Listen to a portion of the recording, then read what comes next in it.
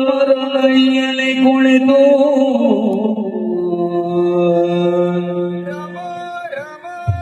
ರಾಮ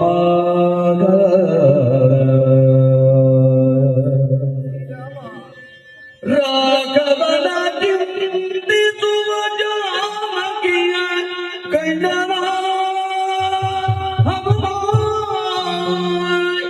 ರಾಘವನ ಚಿಂತಿಸುವ ಜಾನಕಿಯ ಕಂಡನ ಹನುಮ ರಾಮ ರಾಮ ರಾಮ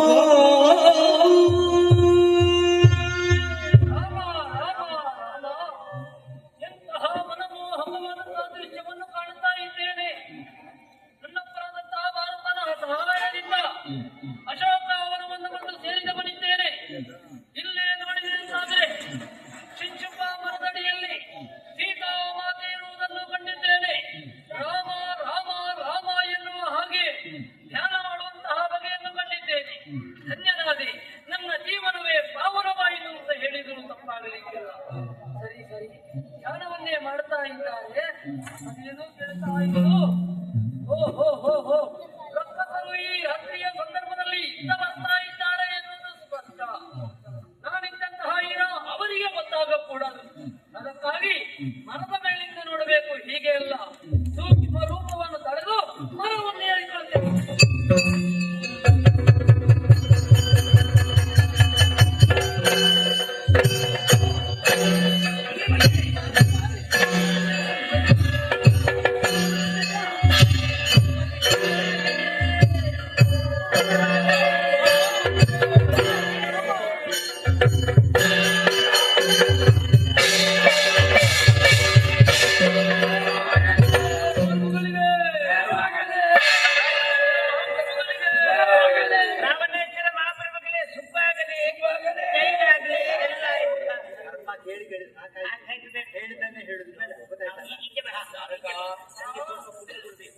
ಒಂದೊಂದು ಬಹಳ ಚಂದವಾಯಿ ಇಲ್ಲಿಯವರೆಗೆ ಮುಗಿದ್ದೇವಲ್ಲ, ಇವರನ್ನೆಲ್ಲ ತಯಾರು ಮಾಡಿ ನೀನು ಕರೆಕೊಂಡು ಬಂದವ. ಅವಳ ಮನಸ್ಸನ್ನು ಪರಿವರ್ತನೆ ಮಾಡಬೇಕಾದ್ರೆ ಅವಳೇ ಆಗಬೇಕು. ಎಲ್ಲ ಮಾತಾಡುವುದಕ್ಕೆ ಹೇಳಿಕೊಟ್ಟಿದ್ದೀಯ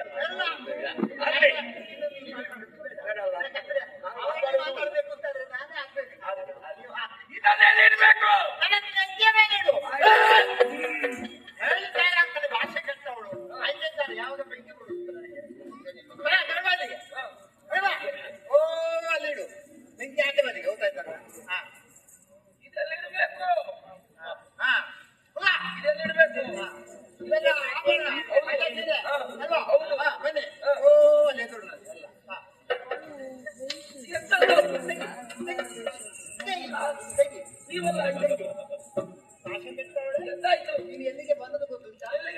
ಯಾರ ಜನ ಗೊತ್ತುಂಟಾ ನಿಮಗೆಲ್ಲ? ಹಾಗೆ ಗೊತ್ತಾಯ್ತಲ್ಲ, ಕೊಟ್ಟದ್ದನ್ನು ಸರಿಯಾಗಿ ಮಾಡುವುದಿಲ್ಲ. ಕೊಟ್ಟದ್ದನ್ನು ಸರಿಯಾಗಿ ಮಾಡುವುದಿಲ್ಲ, ಮಾಡುವುದಕ್ಕೆ ಮಾಡುವುದಿಲ್ಲ. ಹೋಗ್ತೀಯಾ? ಒಂದು ಕೆಲಸ ಮಾಡು, ನೀನು ನನ್ನನ್ನು ಕೆಲಸ ಮಾಡ್ತೇನೆ, ಇಷ್ಟ ಬಯಸ್ತೇನೆ ಎಂಬುದಾಗಿ ಮೊದಲೇ ತಗೊಂಡಿದ್ಯಲ್ಲ, ಅದನ್ನು ಕೊಡ್ತೇನೆ. ಯಾವ್ದು ತಗೊಂಡಿದ್ದ? ಅವಳಿಗೊಂದು ಸ್ವಲ್ಪ ಏನ್ ಮಾಡ್ತೀವಿ? ಮತ್ತೊಂದು ಜನ